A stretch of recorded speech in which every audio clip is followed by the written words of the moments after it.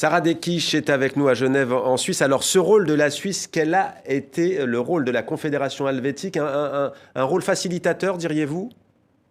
Oui, un rôle facilitateur, exactement. C'est au moment où les deux parties qui ne trouvaient pas d'entente voulaient effectivement quand même trouver une issue au conflit. On fait appel à la Suisse. Et donc la Suisse a mis en œuvre les bons offices de neutralité active et a joué ce facilitateur. Et ça s'est vu sur différents plans.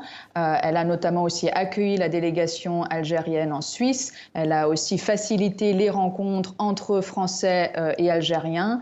Donc voilà, donc effectivement, en rôle de facilitateur, elle a mis à disposition des lieux de rencontre très sécurisés, hautement sécurisés, et donc en rôle de facilitateur qui a été crucial. Je pense que sans ça, les choses auraient été bien différentes.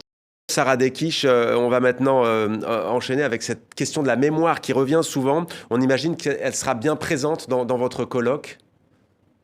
Oui, tout à fait. C'était aussi le point de départ du colloque. En tant que franco-algérienne moi-même, ayant grandi en Suisse, même en Suisse alémanique, c'est vrai que cette question identitaire a toujours été une interrogation, a été quelque chose que je cherchais à comprendre et que j'ai toujours relié à l'histoire entre la France et l'Algérie.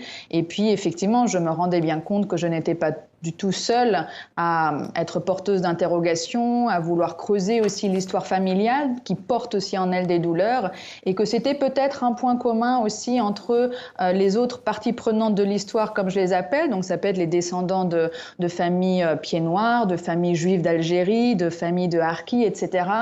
Et j'avais envie que ces mémoires-là puissent dialoguer. J'avais l'impression qu'on voyait souvent des écrits, des récits, des films de part et d'autre, mais je voyais peu de dialogue entre les mémoires.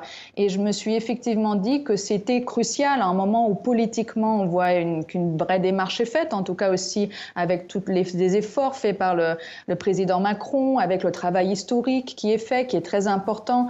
Mais il me semble aussi important d'impliquer les gens et de finalement faire croiser aussi les expériences de chacun, les ressentis de chacun. Voilà. Et quoi de mieux que de le faire au moment de cet anniversaire, justement, qui rappelle que les accords d'Évian ont été un moment où le dialogue, justement, a été rendu possible, et le faire en Suisse, dans un environnement peut-être un petit peu plus apaisé, un petit peu plus neutre, un petit peu plus distant, mais quand même partie prenante de l'histoire. Et si je peux juste ajouter sur ce point-là, pour revenir, on parlait tout à l'heure du rôle de la Suisse, et effectivement, Alice Kaplan mentionnait le rôle diplomatique qui effectivement a été central et qui est inégalé à ce jour, en tout cas en Suisse. C'est vraiment un highlight diplomatique pour la Suisse. Mais ce qui me fascine et ce que j'ai aussi découvert en préparant l'événement, en préparant le livre, c'est les Suisses aussi qui ont aidé. Enfin, c'est en fait tout cet écosystème en Suisse qui a existé, qui est fascinant et que moi je connaissais peu. Il y a des Suisses qui ont aidé, il y a eu des Suisses porteurs de valises, il y a eu des Français, des appelés déserteurs qui étaient réfugiés en Suisse, voilà, engagés. Il y a eu énormément de rencontres qui se sont faites, de Suisses qui se sont mobilisés, dont notamment aussi Niels Anderson qui habitait en Suisse, qui a réédité des livres interdits en France, etc. Donc c'est tout un écosystème assez fascinant qui sera aussi mis en avant.